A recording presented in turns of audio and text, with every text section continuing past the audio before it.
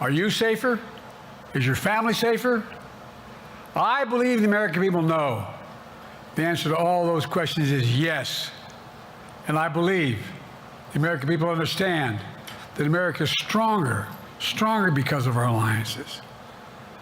I believe the American consensus from Truman to Reagan to me still holds today. America cannot retreat from the world.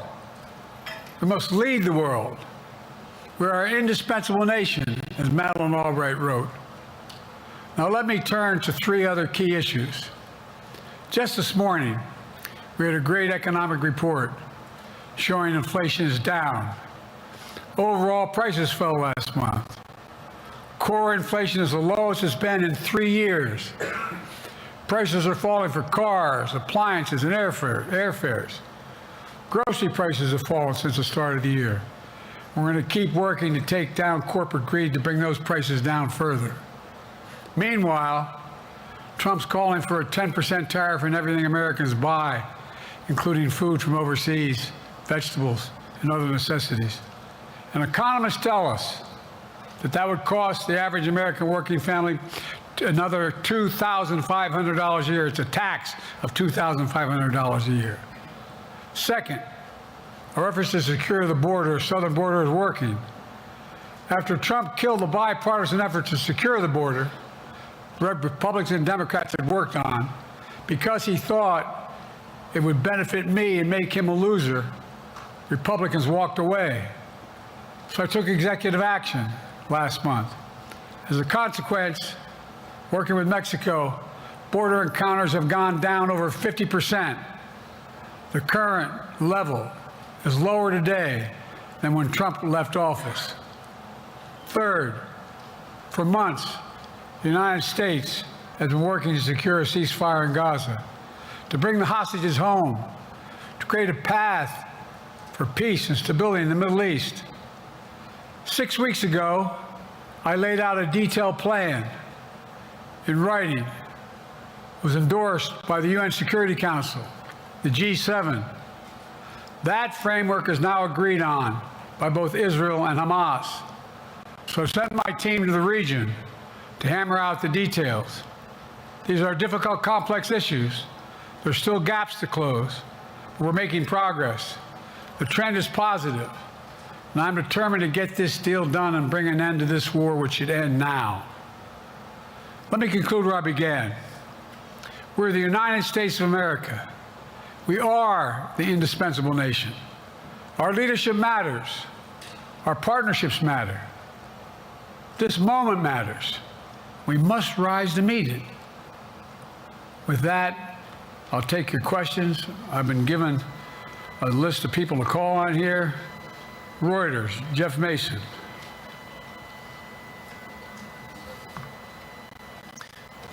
Mr. President, your political future has hung over the NATO summit a little bit this week. Speaker Pelosi made a point of suggesting that your decision on whether to stay in the race was still open. George Clooney and a handful of lawmakers have called on you to step aside. Reuters is reporting tonight that UAW leadership is concerned about your ability to win. UAW just endorsed me, but go ahead. Thank you. My question for you is, how are you incorporating these developments into your decision to stay? And separately, what concerns do you have about Vice President Harris's ability to beat Donald Trump if she were at the top of the ticket? Look, I wouldn't have picked Vice President Trump to be vice president because I think she was not qualified to be president. So let's start there. Number one, the fact is that the consideration is that I think I'm the most qualified person to run for president. I beat him once, and I will beat him again. Secondly, the idea, I served in the Senate a long time. The idea that senators and congressmen running for office worry about the ticket is not unusual. And I might add, there are at least 5 presidents running or incumbent presidents who had lower numbers than I have now, later in the campaign. So there's a long way to go in this campaign. And so I'm just going to keep moving, and because look, I got more work to do. We got more work to finish. There's so much. We made so much progress. Think about it. Think about where we are economically relative to the rest of the world. Name me a world leader who wouldn't want to trade places with our economy. We've created over 800,000 manufacturing jobs, 1.5 million. So things are moving. We got more to go. Working class people still need help. Corporate greed is still at large. Their prices, the corporate profits have doubled since the pandemic. They're coming down, and so I'm optimistic about where things are going. Danny Kemp, AFP. Thanks. Thank you, Mr. President. I wanted to ask you about you mixed up Presidents Zelensky and Putin earlier today. And you now have sort of your key allies, including the British Prime Minister, the President of France, and the German Chancellor having to step in and make excuses for you on that. And officials here are saying off the record that your decline has become noticeable. Hasn't this now, frankly, become damaging for America's standing in the world? Thank you. Did you see any damage to our standing in my leading this conference? Have you seen a more successful conference? What do you think? And the Putin piece, I was talking about Putin, and I said, and now, at the very end, I said, Putin. I said, oh, no, I'm sorry, Zelensky. And then I added 5 other names. Look, guys, the idea anybody suggests that we haven't had an incredibly successful conference. How many times did you hear in that conference, I don't know if it sounds too self-serving, but other leaders, heads of state, in thanking me, saying the reason we're together is because of Biden, because Biden did the following. Look, folks, this is, well, anyway, I thought it was the most successful conference I've attended in a long time, and find me a world leader who didn't think it was. Next one, Nancy Cordes, CBS. Thank you, Mr. President. You mentioned other instances in history where presidents have faced a challenge, but what makes this moment in history so unique is that it is not your enemies who are calling on you to reconsider your decision to stay in the race. It's your friends, supporters, people who think you've done a great job over the past 4 years. Have you spent time thinking about what it would mean for your legacy, which you've worked decades to build, if you stay in the race, despite the concerns that voters say they have, and you lose to someone who you yourself have argued is unfit to return to the Oval Office? Well, look, I'm not in this for my legacy. I'm in this to complete the job I started. As you recall, understandably, many of you and many economists thought my initial initiatives that I put forward, can't do that, it's going to cause inflation, things are going to skyrocket, the debt's going to go up. What are you hearing now from mainstream economists? 16 economic Nobel laureates said I've done a hell of a job. That under my plans so far and what's going to happen in the future if I'm reelected, that things are going to get much better. Our economy is growing. I was determined when I got elected to stop the trickle-down economic theory, that if the wealthy did very well, everybody else would do well. My dad was a well-read, decent guy. I don't remember much trickling down on his kitchen table. Middle-class people and working-class people need help. And so what happened is I decided to was able to implement as president what I believed when I was a senator. And that is that the way to build this economy is from the middle out and the bottom up. That way we grow the economy. And the wealthy still do very well. They do fine. And guess what?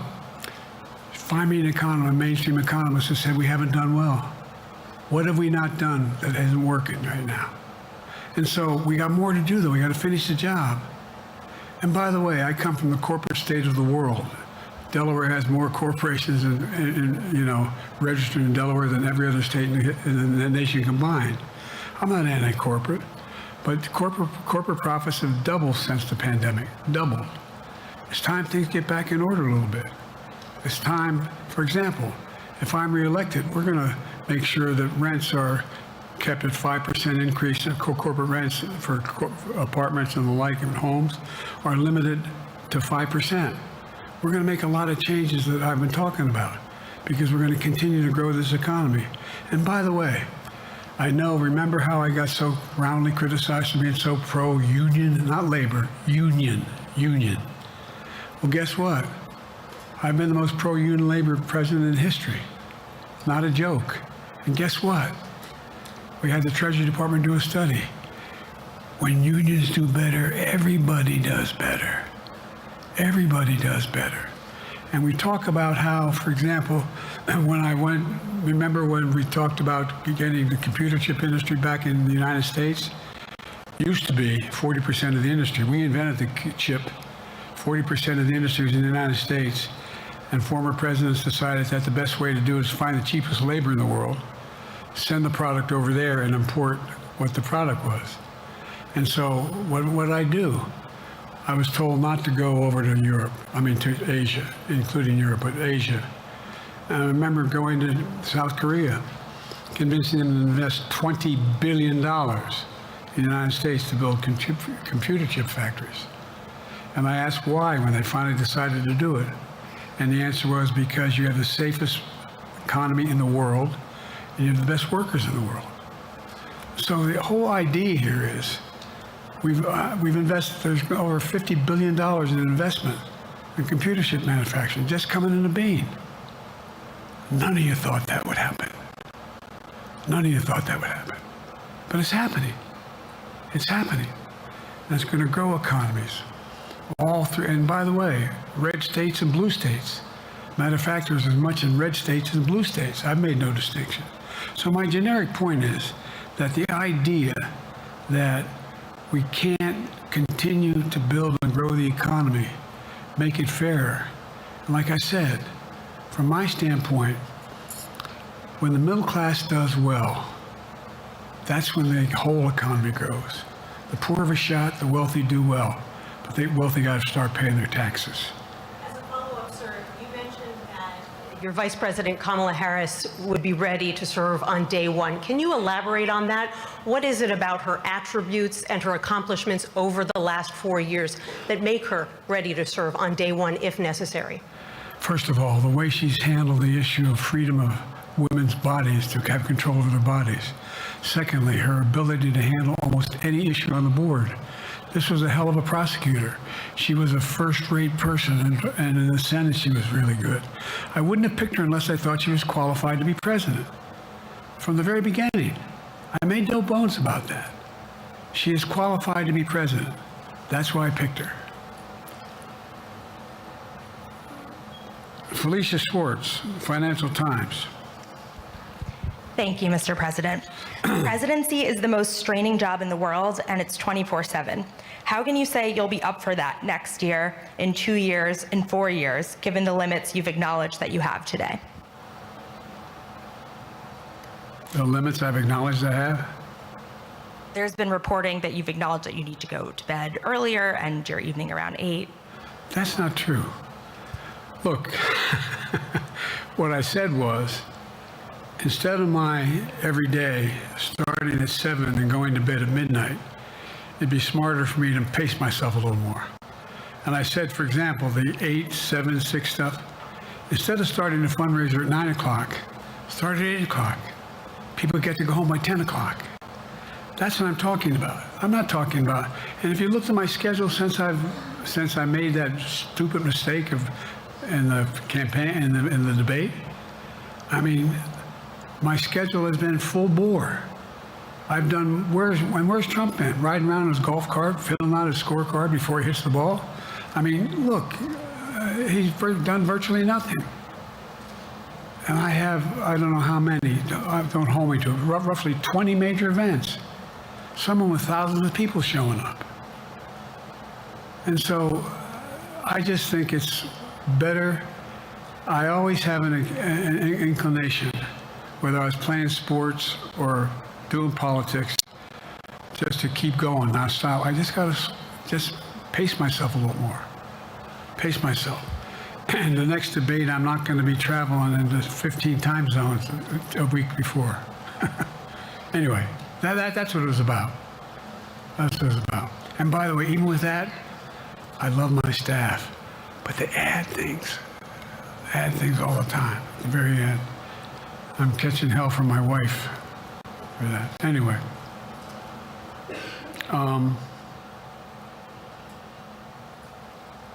I'm sorry, Zeke Miller, Associated Press.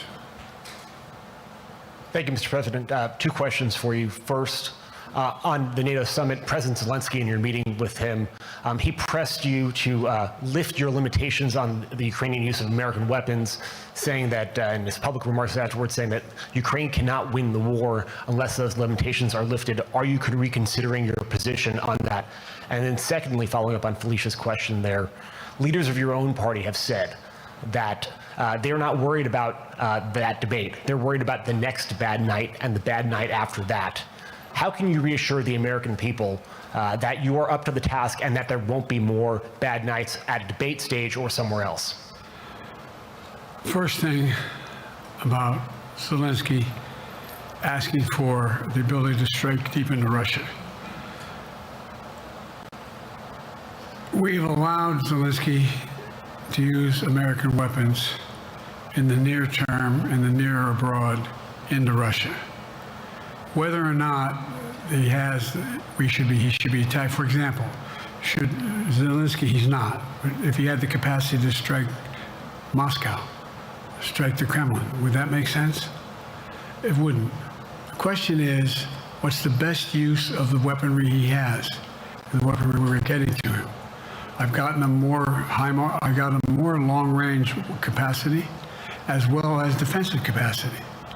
And so our military is where I'm following the advice of my commander-in-chief, the chief of staff of the military, as well as the Secretary of Defense and our intelligence people. And we're making a day-to-day basis on what they should and shouldn't go, how far they should go in. That's a logical thing to do. Second question related to Bad nights, sir. How can you reassure the American people that you won't have more bad nights, whether they be on a debate stage or it's a matter of foreign policy? Well, I tell you what, the best way to assure them is the way I assure myself. And that is, am I getting the job done? Am I getting the job done? Can you name me somebody who's gotten more major piece of legislation passed in 3.5 years? I created 2,000 jobs just last week. So if I slow down, I can't get the job done. That's a sign that I shouldn't be doing it. But there's no indication of that yet. None. What do we got here?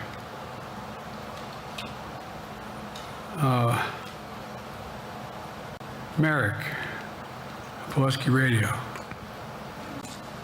Thank you, Mr. President. How are you? I'm well. The elections in the US have consequences around the world. You have pretty high standing in Europe. I just asked President Macron about you, and he said we are happy to have him as the President of the United States. But there is a concern. Many people in Poland and across Europe are worried that the former president may win the election. And there's a lot of concern that Donald Trump may weaken NATO, stop supporting Ukraine, or push Ukraine to give up territories to Russia. They're correct. And yourself was warning just 2 minutes ago about it. So my question is, do you think that Europe will be left on its own if Donald Trump wins the election? And what's your advice to European leaders to prepare for possible US disengagement? Well, look, I think, how can I say this without sounding too self-serving? I'm not having any of my European allies come up to me and say, Joe, don't run. What I hear them say is, you've got to win. You can't let this guy come forward. He'd be a disaster. It'd be a disaster. I mean, I think he said in one of his rallies, don't hold me to this, recently, where NATO, I just learned about NATO or something to that effect. Foreign policy has never been his strong point. And he seems to have an affinity to people who are authoritarian. That worries, as I tell you from Poland, that worries Europe. That worries Poland. And nobody, including the people of Poland, think that if he wins in Ukraine, he's going to stop in Ukraine, that that's going to be the end of it. And so what I can say is, I think I'm the best qualified person to do the job, to make sure that Ukraine does not fall, that Ukraine succeeds, that the European alliance stays strong. You may recall, no one was talking about Finland joining NATO. I remember talking to Putin right after we got elected in Geneva, and he was talking about what we should do. We couldn't be in Eastern Europe, et cetera.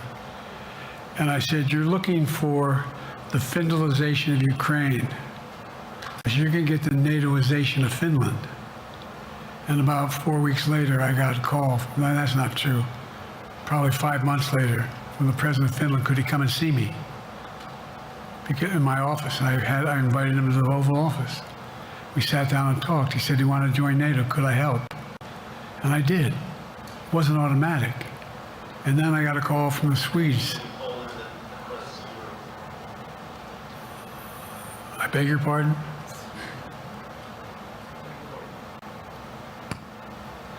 And so Finland joined NATO. 800-mile border is a significant, and they were already allies, but they weren't part of NATO. And you heard, I think you heard, maybe, I can't recall whether he said it publicly or in our closed meeting, but he wouldn't mind it being repeated. He said, we decided in Finland, the people of Finland decided they had to be part of NATO. It was in our interest because of the joint ability to be together, to dissuade any attack on Finland. And the same thing with Sweden. It took a lot of selling to some folks, particularly in Turkey and other places, to agree to the expansion. But it expanded, and we're a hell of a lot stronger because of it. We're more secure because of it. And by the way, I was able to get 50 other nations, 50, to support Ukraine. 50. And we're able to bring about a coalition of Europe and Asia, Japan and South Korea. I just met we talked about AUKUS, and we talked about the relationship between Australia, New Zealand, Japan, South Korea, the United States. We're making the world safer and stronger because we have to deal with the new arrangement that exists in the world. The Cold War is over. The post-war era is over. What is going to replace it? And I respectfully suggest I have a pretty good idea what that should be. I've convinced a lot of people to follow it, and we're just going to get stronger. David Sanger. Where's it? Thank you, Mr. President. Be nice, David. Mr. President, the NATO declaration that was issued yesterday was very notable because it described China as a decisive enabler of the war in Ukraine for its provision of critical goods to the Russians. That's part of a broader partnership that seems to have cemented in place in the past 2 or 3 years. I think one that you were a little bit doubtful of when we asked you about it some time ago. So I'd be interested to know whether you have a strategy now of trying to interrupt the partnership between China and Russia, and whether or not in a second term you would pursue that, if you could describe that strategy to us. And along the way, could you also tell us whether you think, just to follow up on Felicia's question, that if you were in a room with Vladimir Putin again, the way you were 3 years ago, or with President Xi, that a few years from now you will be able to go negotiate with them, handle them one-on-one? Well, the first part of your question is, we discussed and I raised in the NATO summit, and others raised, the future of China's involvement, what they're going to do, what they're doing with Russia in terms of accommodating, facilitating, they're getting access to additional, they're not supplying weapons themselves, they're supplying mechanisms for them to be able to get weapons. And China's position is basically, and I've spent more time with Xi Jinping than any world leader has, over 90 hours since being vice president all the way through, for real. And by the way, I handed all my notes. But my point is that Xi believes that China is a large enough market that they can entice any country, including European countries, to invest there in return for commitments from Europe to do A, B, C, or D, or not to do certain things. What's happened is we had a long discussion about what we have to make clear. China has to understand that if they are supplying Russia with information and capacity, along with working with North Korea and others to help Russia in armament, that they're not going to benefit economically as a consequence of that by getting the kind of investment they're looking for. And so, for example, we're in a situation where, and we've reestablished direct contact with China after that, remember the balloon, quote unquote, going down, and all of a sudden things came to an end? Well, we set up a new mechanism. There's a direct line between Xi and me, and our military has direct access to one another, and they contact one another when we have problems. The issue is that we have to make sure that Xi understands there's a price to pay for undercutting both the Pacific Basin as well as Europe, and as it relates to Russia and dealing with Ukraine. And so for example, if you want to invest in China, as you know this area really well. If you want to invest in China, you have to have a 51% Chinese owner. You have to make sure that you do by their rules, and you don't have the authority, and you have to provide all access to all the data and information you have. There was a while there, as you recall, the last administration and other administrations, where the access to that market was enticing enough to get companies to come in because they had access to over 1 billion people in the market, not 1 billion, but a lot of people in the market.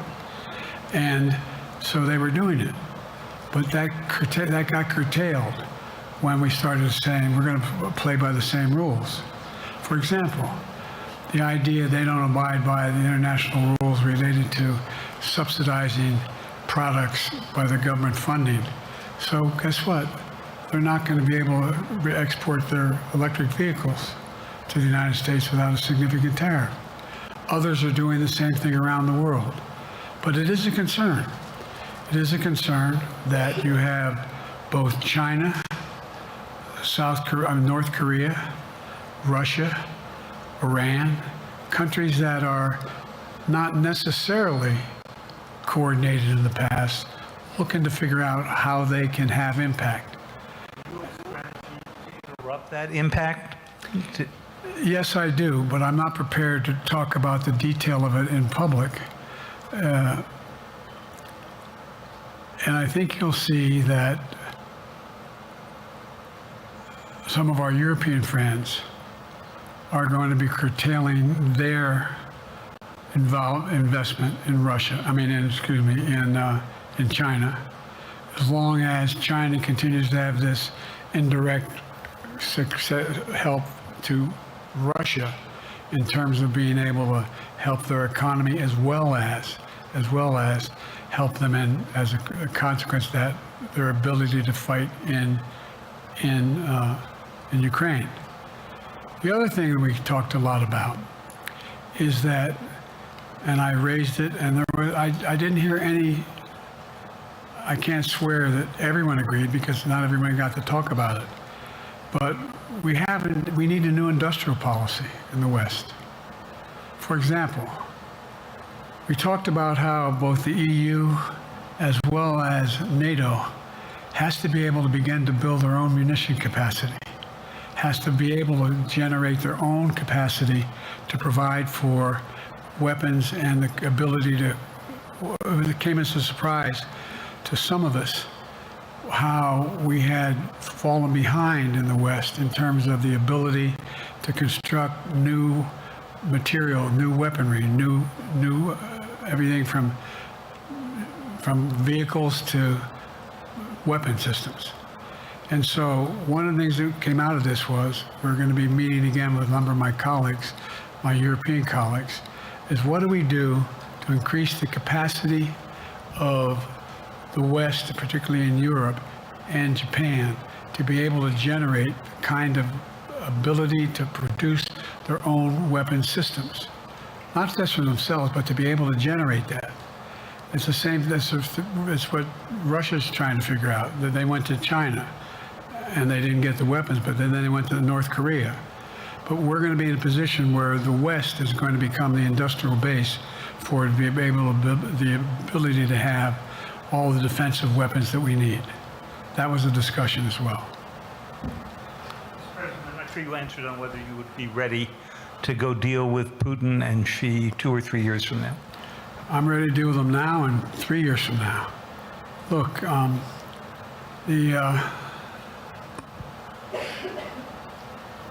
like I said, I'm dealing with Xi right now and direct contact with him. I have no good reason to talk to Putin right now. There's not much that he is prepared to do in terms of accommodating any change in his behavior. And, but there isn't any world leader I'm not prepared to deal with. But I understand the generic point is Putin ready to talk? I'm not ready to talk to Putin unless Putin's ready to change his behavior. And the idea, look, Putin's got a problem. First of all, in this war that he is supposedly have won, and by the way, I think, don't hold me to the exact number, but I think that Russia had 17.3% of Ukraine that they've conquered. Now it's 17.4. I mean, in terms of percentage of territory. They've not been very successful. They've caused horrible damage, loss of life, but they've also lost over 350,000 troops, military, killed or wounded. They have over 1 million people, particularly young people with technical capability, leaving Russia because they see no future there. They've got a problem. But what they do have control of is they are very good at controlling and running the public outcry that relates to how they use mechanisms to communicate with people. They lie like hell through the constituencies. They lie like hell about what's going on. And so the idea that we're going to be able to fundamentally change Russia in the near term is not likely. But one thing for certain, if we allow Russia to succeed in Ukraine, they're not stopping in Ukraine. I recommend, I know you know this because you've written about it, read Putin's speech after they moved in, what it was all about in Kyiv. It wasn't about just, anyway, read what his objective is. And anyway, but so I think that I'm prepared to talk to any leader who wants to talk, including if Putin called me and wanted to talk. Last time I talked to Putin was trying to get him to work on an arms control agreement related to nuclear weapons in space. That didn't go very far. So my point is, I'm prepared to talk to anybody, but I don't see any inclination. There is an inclination on the part of the Chinese to keep in contact with me because they're not sure where this all goes. And look what's happened in Asia. We have strengthened the Asian Pacific area more than anyone else has. We just put together with today I asked our NATO allies that we bring on the group from the South Pacific, Australia, New Zealand, Japan, Australia. I already mentioned Australia. And I met twice now, I think, with the 14 leaders of the Pacific Island nations. And we've slowed down what's going on there. We've slowed down China's reach. But there's a lot of work to do. This is a moving target, and I don't take it lightly. Assam from NPR. Thank you, Mr. President. Asma Khalid with NPR. I have two questions. Earlier, you spoke about the ceasefire plan between Israel and Hamas. We're now looking at 10 months of war, and I'm curious if there's anything that you feel personally you wish you would have done differently over the course of the war. And then secondly, if I may, I wanted to ask you about your presidential campaign. I remember covering your campaign in 2020, and there was a moment where you referred to yourself as a, quote, bridge candidacy, a transition to a younger generation of leaders. I want to understand what changed. Two things. Let's go back to when you talked about would I have changed anything that's happening with Israel and the Palestinians and the Palestinian movement. The answer is, as you recall, from the very beginning, I went to Israel, but I also got immediate contact with al-Sisi in Egypt. I met with the King of Jordan. I met with most of the Arab leaders to try to get a consensus going as to what had to be done to deal with getting more aid and food and medicine into the Gaza Strip. And we pushed it really hard. And Israel occasionally was less than cooperative, number one. The Israeli War Cabinet, I've been dealing with Israel since Golda Meir. Some of the reporters around here come me all the time and heard me say this. The first time I met with Golda Meir, I sat across from her at her desk, and her assistant was Rabin sitting next to me. That's how far back I go. I know Israel well, and I support Israel. But this war cabinet is one of the most conservative war cabinets in the history of Israel. And there's no ultimate answer other than a two-state solution here. And so what was able to be done in terms of the plan I put together was it would be a process for a two-state solution. And we get the Arab nations to, particularly from Egypt all the way to Saudi Arabia, to be in a position where they would cooperate in the transition so that they could keep the peace in Gaza without Israeli forces staying in Gaza. The question has been from the beginning, what's the day after in Gaza? And the day after in Gaza has to be, the end of the day after has to be no occupation by Israel on the Gaza Strip, as well as the ability for us to get in and out as rapidly as you can, all that's needed there. I've been disappointed that some of the things that I've put forward have not succeeded as well, like the port reattached from Cyprus. I was hopeful that would be more successful. But that's why when I went to Israel immediately after the massacres that occurred at the hands of Hamas, the one thing I said to the Israelis, and I met with the War Cabinet and with Bibi, don't make the same mistake America made after bin Laden. There's no need to occupy anywhere. Go after the people who did the job. You may recall, I still get criticized for it, but I was totally opposed to the occupation and trying to unite Afghanistan.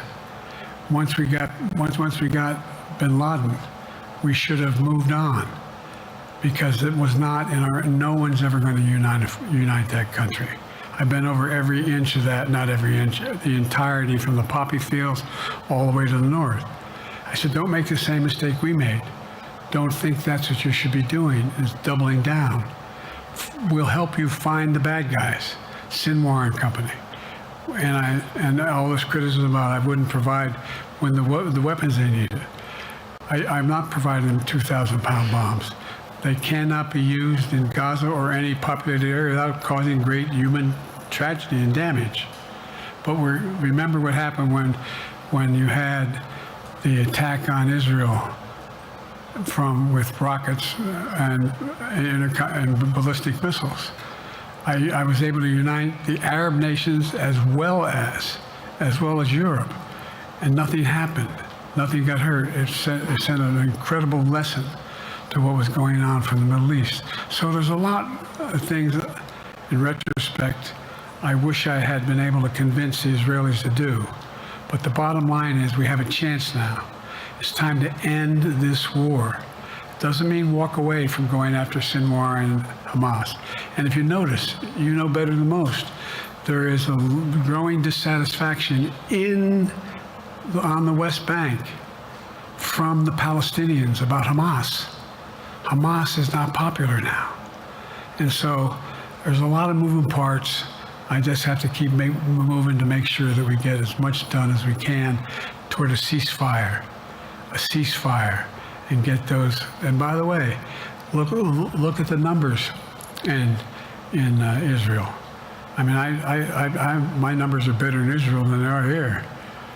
But then again, they're better than a lot of other people here too. But anyway. Bridge candidacy in 2020, you referred to yourself as being a bridge candidate for a younger, fresher generation of Democratic leaders, and I wanted to know what changed. What changed was the gravity of the situation I inherited in terms of the economy, our foreign policy, and domestic division.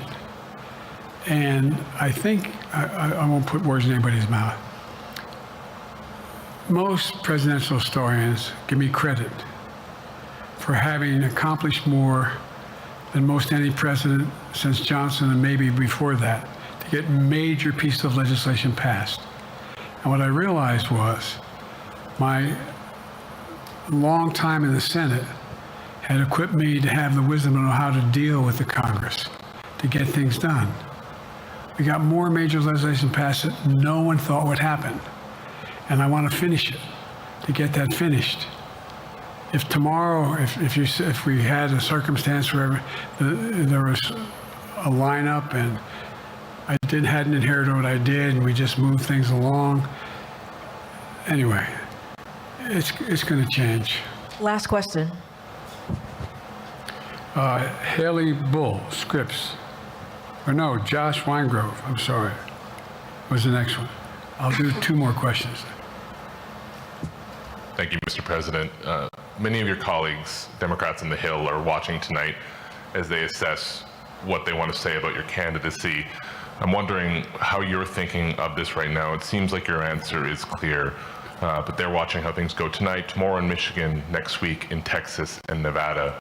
Are you thinking that way about how the next week or 2 goes would inform your... Am I using that way, you said? Are you thinking that way about how the next 2 weeks go? Will that affect your decision, or are you fully determined on running in November as the party's nominee? I'm determined on running, but I think it's important that I allay fears by let them see me out there. Let me see them out, for the longest time it was, Biden's not prepared to sit with us unscripted. Biden's not prepared to, anyway. And so what I'm doing is, and I've been doing, I think we've done over 20 major events, from Wisconsin to North Carolina to demonstrate that I'm going out in the areas where we think we can win, where we can persuade people to move our way, or people are already there. And here, look, the other thing is, we have the most extensive campaign organization of anybody's had in a long, long time. We have well over 1,000 volunteers knocking on doors, making phone calls, making tens of thousands of phone calls. We have headquarters, I forget exactly how many, I want to cite a number and then find out I'm off, but we have scores of headquarters in all the toss-up states. We're organized, we're moving, and that's awful hard to replace in the near term. And here's the other thing. I was in the Senate a long time, very proud of what I've done in the Senate.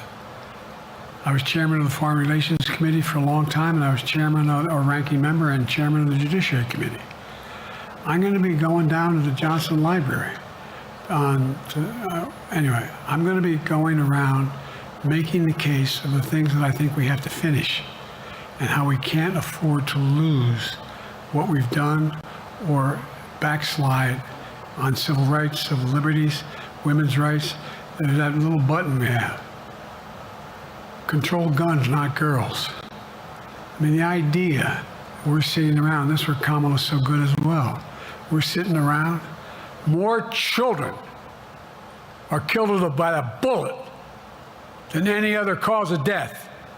The United States of America. What the hell are we doing? What are we doing? We got a candidate saying, promise the NRA, don't worry, I'm not going to do anything. I'm not going to do anything. You got a Supreme Court that is what you might call the most conservative court in American history. This is ridiculous. There's so much we can do still, and I'm determined to get it done. It's about freedom.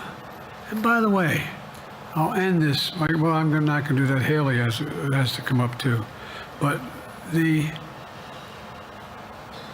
I remember I made a speech on democracy in Philadelphia at Independence Hall.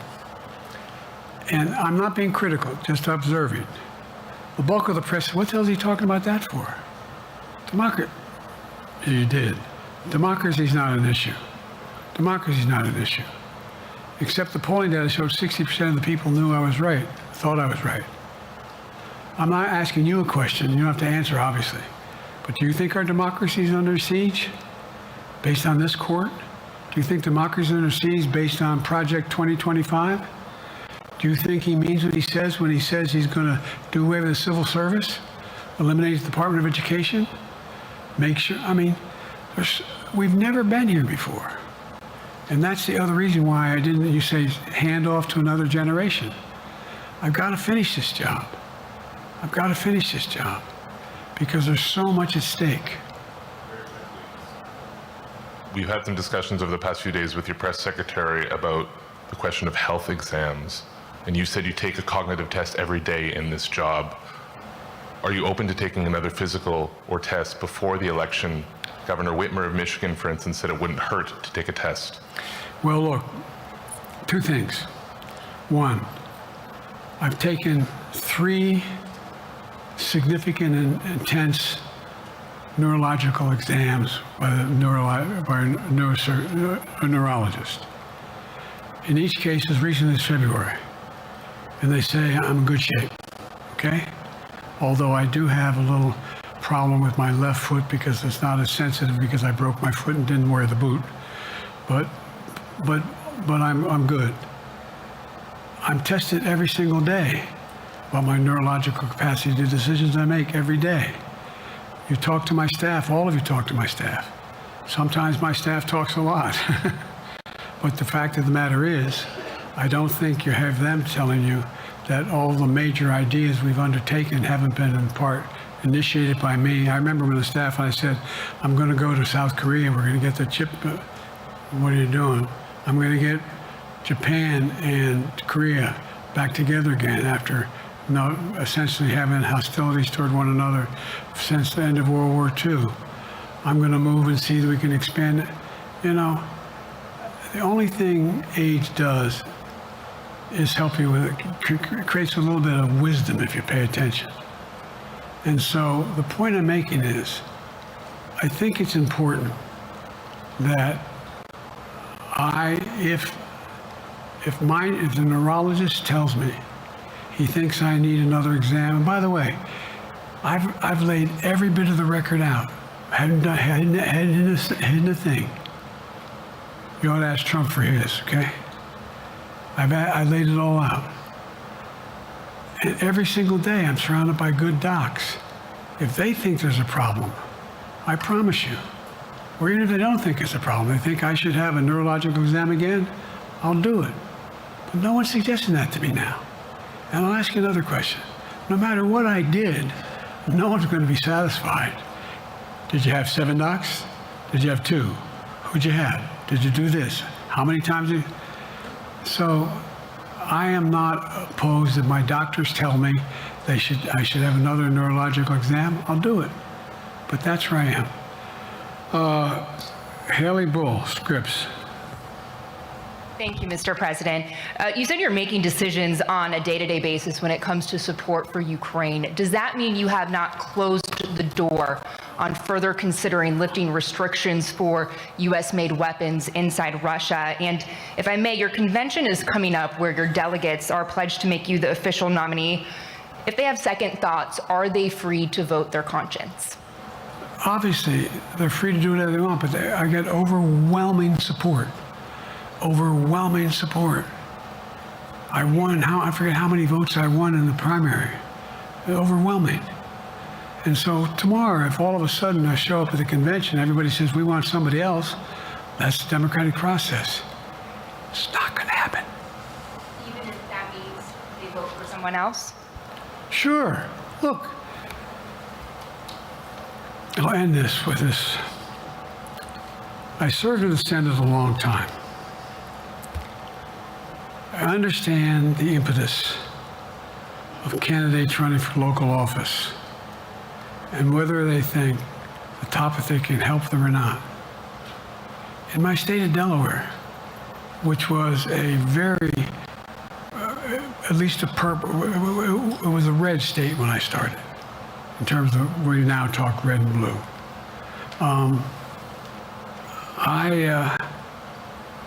I don't recall most of the Democratic presidents winning my state when I was a candidate.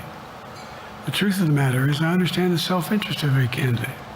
If they think that, running with Biden at the top is going to hurt them, then they're going to run away. I get it. But so far, go and look at the polling data in their states. Look at the in-depth, and by the way, I think you'd all acknowledge, and you're all experts, I'm not being solicitous about the president, you're experts on this stuff. How accurate does anybody think the polls are these days? I can give you a series of polls where you have likely voters, me versus Trump, where I win all the time. When the unlikely voters vote, he wins sometimes. The bottom line is all the polling data right now, which I think is premature because the campaign really hasn't even started. I mean, it hadn't started in earnest yet. Most of the time, it doesn't start till after September, after Labor Day. So a lot can happen. But I think I'm the best I believe I'm the best qualified to govern. And I think I'm the best qualified to win. But there are other people who could beat Trump too. But it's awful start from scratch. And, we talk about, money raised. We're not doing bad. We got about $220 million in the bank. We're doing well. So with that, you have want to follow up on any of that you just asked me? Yes. You earlier explained confidence in your vice president. Yes. If your team came back and showed you data that she would fare better against former President Donald Trump, would you reconsider your decision to stay in the race? No, unless they came back and said, there's no way you can win. Me. No one's saying that. No poll says that. Mr. President, okay. This ends tonight's press conference. Thanks, everybody.